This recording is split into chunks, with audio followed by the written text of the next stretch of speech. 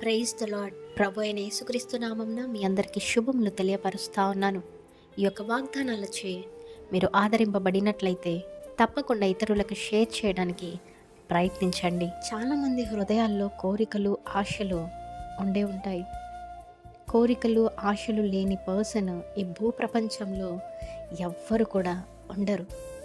మంచిగా బ్రతకాలనో, ఆస్తులు సంపాదించాలనో, మంచి చదువులు వాళ్ళ బిడ్డలకి చదివించాలనో, ఉన్నతమైన స్థానంలో ఉండాలనో, మంచి ఉద్యోగమో, మంచి వ్యాపారమో, ఒక మంచి వ్యక్తిని వివాహం ఆడటమో, ఇలా అనేకమైన కోరికలు, ఆశలు అనేది ప్రతి మనిషికి ఉండే ఉంటాయి. కానీ ఇంకొంతమంది కేటగిరీలో ఉంటారు. ఏంటంటే ఎదుటివారి నాశనం కోరుకుంటారు.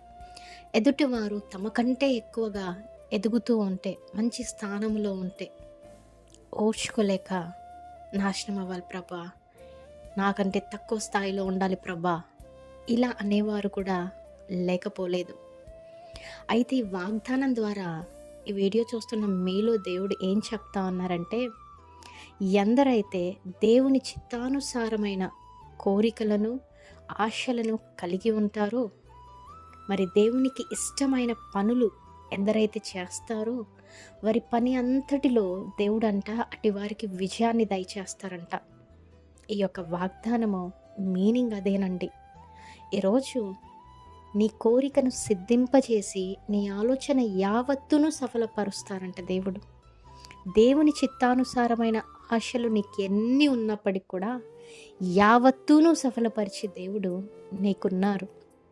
జాగ్రత్త.